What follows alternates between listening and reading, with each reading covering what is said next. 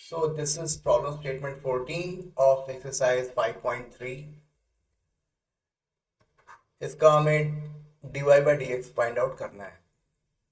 तो ये inverse trigonometrical function है और sine inverse 2x under root 1 minus x square है। So let's assume x is equal to sine theta. इसके क्या बेनिफिट हैं, लेट्स सी क्या बेनिफिट्स मिलते हैं। तो इससे अगर हम z की तरह शो करें तो z की वैल्यू क्या हो जाएगी, 2 sine theta under root 1 minus sine square theta. Under root 1 minus sine square theta की वैल्यू क्या होगी, cos theta.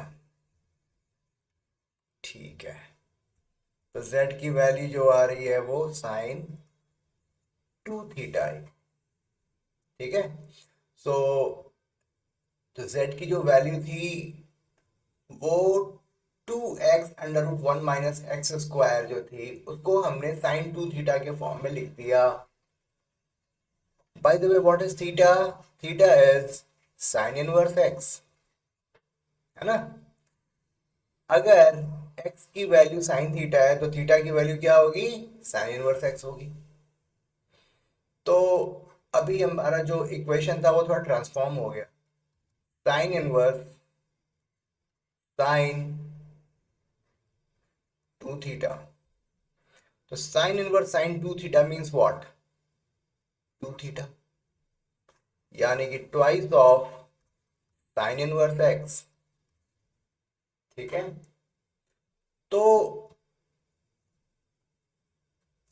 y is equal to twice of sine inverse x ऐसे लिख सकते हैं। और ये दोनों जो हैं इक्वेशंस बिल्कुल इक्विवेलेंट है, कोई प्रॉब्लम नहीं है। और अभी हम लोग आसानी से dy बाई डी एक्स भी निकाल सकते हैं। Twice d by d x sine inverse x और 2 under root 1 minus square. So this way we have got the answer of problem statement 14. Perfect. So let's talk about question number 15. Or I guess this is the last question of this exercise. So question number 15, y is equal to sec inverse 1 upon under root 2x square minus 1, ऐसा ही कुछ है शायद। नहीं, sec inverse 2x square minus 1। ठीक है, तो अच्छी बात है, इसे थोड़ा सा सिंप्लीफाई कर लेते हैं। सेक इनवर्स 1 बाई एक्स जो होता है it is equal to cos inverse x. ये सारी चीजें इनवर्स ट्रिग्नोमेट्रिकल फंक्शन की हैं जिसको आप कैलकुलस में यूटिलाइज कर रहे हो। तो आप देखोगे ना पूरी की पूरी ट्रिग्नोमेट्री को कैलकुलस इनगल्फ कर जाता है, यानी कि पूरी पूरी जो ट्रिग्नोमेट्री है कैलकुलस में समा जाती है। तो यानी कि अगर आप कैलकुलस आपको अच्छी करनी है then you have to be good in trigonometry as well. तो आपकी ट्रिग्नोमेट्री अच्छी होनी चाहिए, ये फॉर्मूले जो है आपको पता रहनी चाहिए। तो यानी कि sec inverse 1 upon x is equal to cos inverse x means cos inverse 2x square minus 1। अभी क्या करते हैं, x की जगह पर हम कॉस थीटा लेते हैं। ये आप पूछोगे कि मुझे कैसे पता चला कि x equal to cos theta ही लेना चाहिए, why I should not take x equal to tan theta और साइन थीटा। इसका जवाब ये है कि कॉस इनवर्स जो है उसके साथ हम कुछ ऐसा फॉर्मेट बनाएं ताकि कॉस इनवर्स कॉस समथिंग कुछ आए और जिससे मैं जो इनवर्स फंक्शन है उससे हमें छुटकारा मिल जाए। ठीक है, तो अगर x is equal to cos theta है तो theta is what, cos inverse x, theta is what, cos inverse x। तो ठीक है,